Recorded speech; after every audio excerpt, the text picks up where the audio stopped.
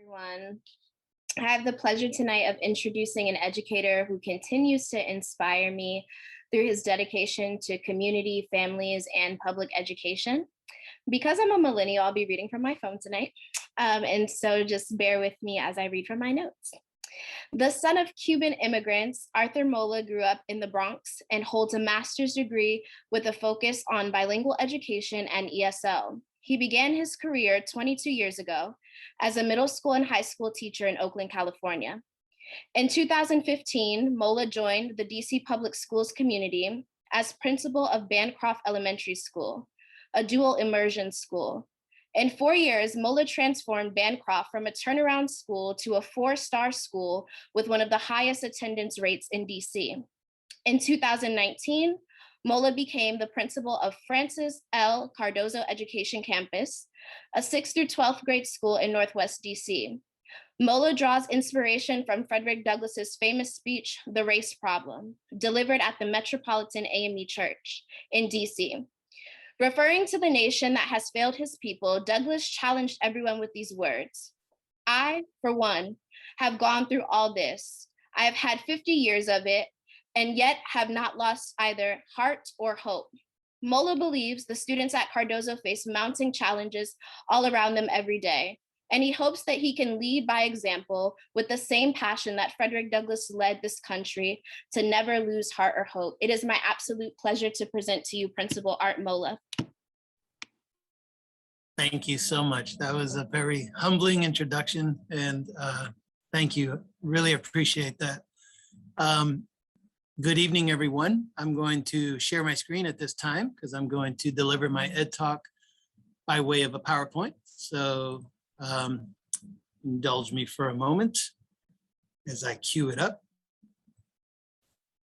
All right. Hopefully, folks, Savannah, can you give me a thumbs up if it's showing? Perfect, awesome. When inspiration is not enough, teaching in times of crisis. I think the quote that I pulled from Frederick Douglass that inspires me is actually very timely for even this evening, because I know that the nature of the work that we do as educators, when we hit April and May, let me tell you, I've seen people crawl to the finish line, and it feels like it's a gut check. And quite honestly, if we can be honest with each other, that gut check actually starts way back, like in November, sometimes even earlier than that. And we start to ask ourselves, you know, what is it about this work that we do that keeps us coming back? Because A, it is definitely not easy work. And it doesn't matter what school or school district or school system you work for. This work is definitely, it draws and pulls from every ounce of what you have physically and mentally to deliver your absolute best day in and day out. And we know that we are still reeling from a situation that has not yet reached a conclusion or a finale by way of the public health emergency that we, experienced or began to experience a little over a year and a half ago, and still continue to kind of reel from some of the residue of it. But for that reason, I thought it was a very timely conversation and talk to have, not only to encourage you, but if I could be quite honest, encourage myself. Once again, my name is Art Mola, and I am the proud principal of Cardozo Education Campus here in Washington, D.C., a Title I school of about 700 students, almost split right down the middle between 50% Black and 50% Latinx. There is a very small sliver of international students that represent parts from all over the globe, but for the most part, Cardozo is very much like the school that I went to in the Bronx, where it's half and half, almost right down the middle, Black, African-American, and Latino. The title itself, When Inspiration is Not Enough, I say that because all in all, this is a very inspiring profession to be in. And quite honestly, I can't think of too many professions where I can say it is truly noble work to do. To be an educator, to be a teacher, if I could be even more specific, is one of the most noblest things you can do in society. And I say that again, I don't care if you work in the most affluent school district and community, whether it's Silicon Valley in California, or if you're right here in DC, whether it's Southeast, Northeast, in whatever ward or quadrant you teach or work in. It is a noble profession. And I can't think of many others that exceed that degree. And when we are in situations where we are teaching in times of crisis, like we are now, it is not a shock to hear and see that right now in this profession, there's like a mass exodus of people leaving the profession of teacher, of education. Education Week released a recent study that was conducted that says the teacher job satisfaction has hit an all-time low. And while the pool of teachers that they pull from all across the United States average about 1,300 teachers, and the survey was conducted between January and February, bottom line is the overarching theme is that folks are far less satisfied today with the profession of teaching than there have been in recent years. And quite honestly, I have to say, it's not a shocking statistic to hear, or it's not shocking to know and understand that, yes, this time that we're in right now has probably pushed and stretched people more than ever before. And yet and still, I say, we've been here before. This is not, what we're feeling this time of year, or even earlier this year, whether it was January or February, it is not very different to the experiences that we've had in years past. And I'm speaking to some of the veteran teachers in this audience. We've been here before. And I pulled from a quote from a book that I read years ago, and I continue to quote A.W. Tozer. And the book is called The Knowledge of the Holy. He says in this book, the times could never be so bad that a good person cannot live in them. We can debate what are the characteristics of a good person, and that could take hours. I don't think we need to debate for long that the profession of teaching, right? And the person and the profile of the person that goes into the profession of teaching, that is a special human being. And I don't think we need to debate that aspect of it. And yet and still, we continue to do this work at a time and in a space that has been impacted by history for so many years. And in Ta-Nehisi Coates' book, Between the World and Me, he talks about the crippling effect that racism has had in this country. And we know that crippling effect has saturated and permeated education for decades and decades and decades.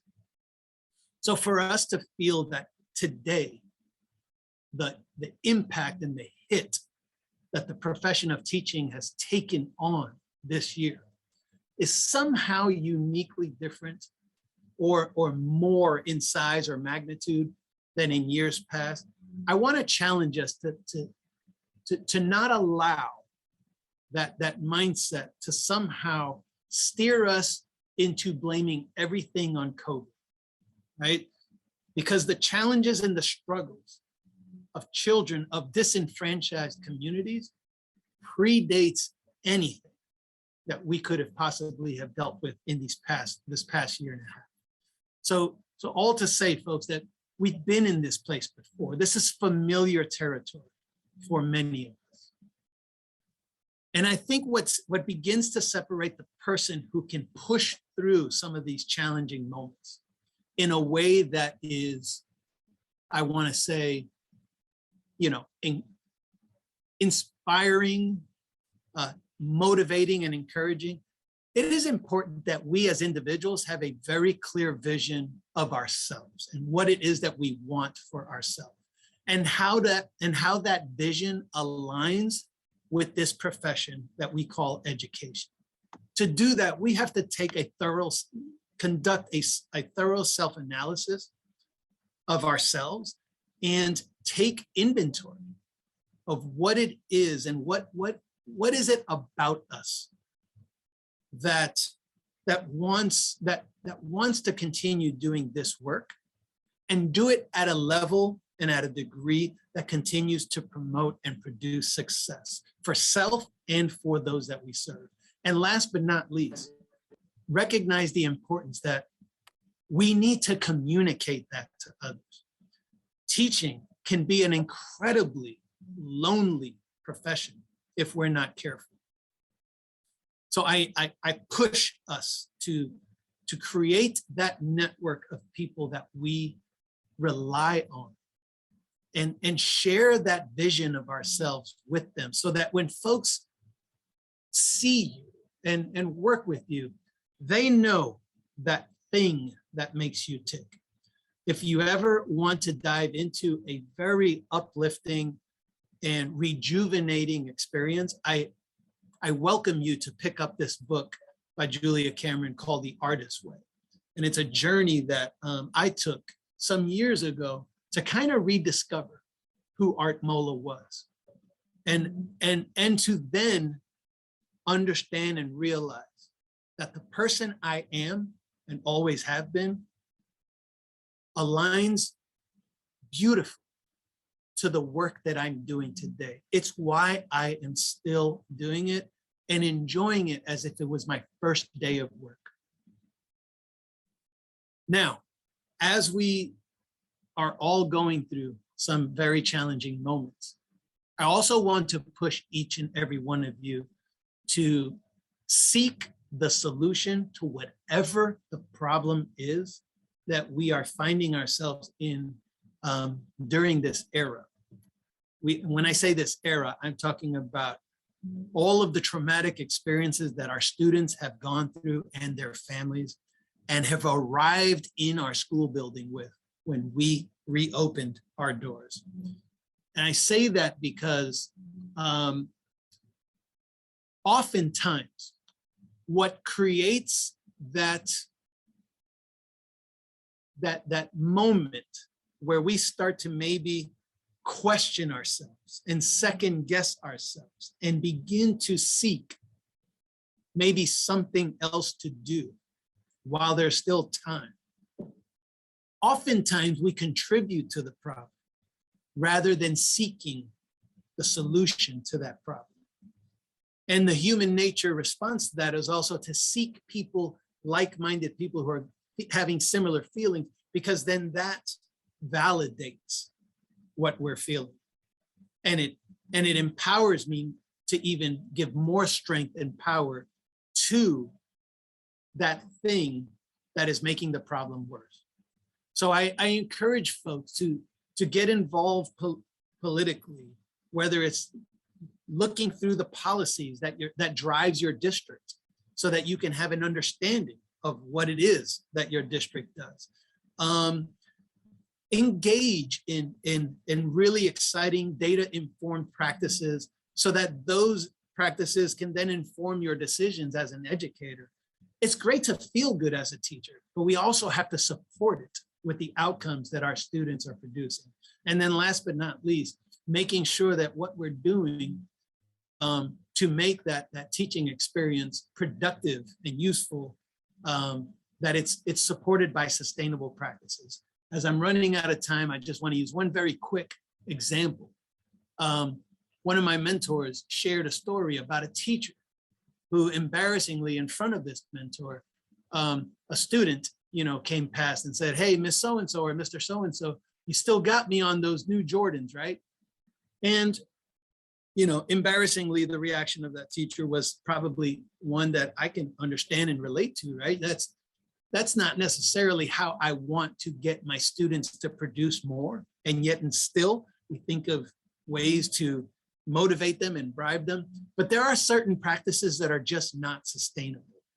And sadly, that teacher, he reported, ended up actually quitting midway throughout the year. Not so much because of that, but because the things that the teacher anticipated and wanted out of their kids, the way they were going about getting it was not sustainable. So we have to, if we're going to have longevity in this industry, in this business, we have to be sure that what we do is sustainable for a long period of time, because a school year can feel like forever. And we have to make sure that we are having realistic expectations of ourselves and those that we are serving. And more importantly, to be a part of a team. This work is bigger than you. Surround yourself with innovative thinkers, experienced practitioners, and engage in leadership principles. There's a great saying that says great leaders don't set out to be a leader, they set out to make a difference. I couldn't agree with that more, because one thing that I can say, as I was a teacher in a classroom and folks were asking me, hey, when do you think you want to become a principal? Of course, I laughed out loud because I never imagined in my lifetime I would want to be a principal. And yet and still, there was something that someone saw in me that had leader potential in such a way that they actually even envisioned me doing something beyond the classroom. You need to remember and accept and embrace the fact that as a teacher or as an educator, you are a leader, and that is already a part of you. And then understanding that how you position yourself and how you show up for your students relies heavily on what that network, that team of yours brings to the table. And in closing, I will say that there are three things that keeps me grounded. There's, one of my mentors says, Art, when you become a principal, keep your head in the clouds or keep your feet on the ground. And I say that because this work will humble you. And if any of you, were in last year's UnConference and heard my EdTalk then, I shared how I consider it a joy, a privilege, and a true blessing to do this work every day. I am a lucky individual. And this profession owes me nothing in return. Just showing up to work and to do what I do in and of itself is all the reward that I could possibly want. And for that, I take joy in this journey. We have to remind ourselves constantly that being a change agent takes time. I'm in year 22 and I'm still trying to figure this out. Change takes time. Being an agent of change and being a part of that process requires you to accept that. And then last but not least, we have to refill the well. We cannot pull from an empty well and expect to be full, whole, healthy, and show up in a way that is productive and powerful for our students. So thank you for your time. And I hope that this gets us started for the rest of this evening. And thank you, Dr. Rigsby and the Duke TeachHouse UnConference team for inviting me. I feel privileged and honored to be among all of you because I consider each and every one of you heroes. And in some ways, I pale in comparison to the work that you do day in and day out.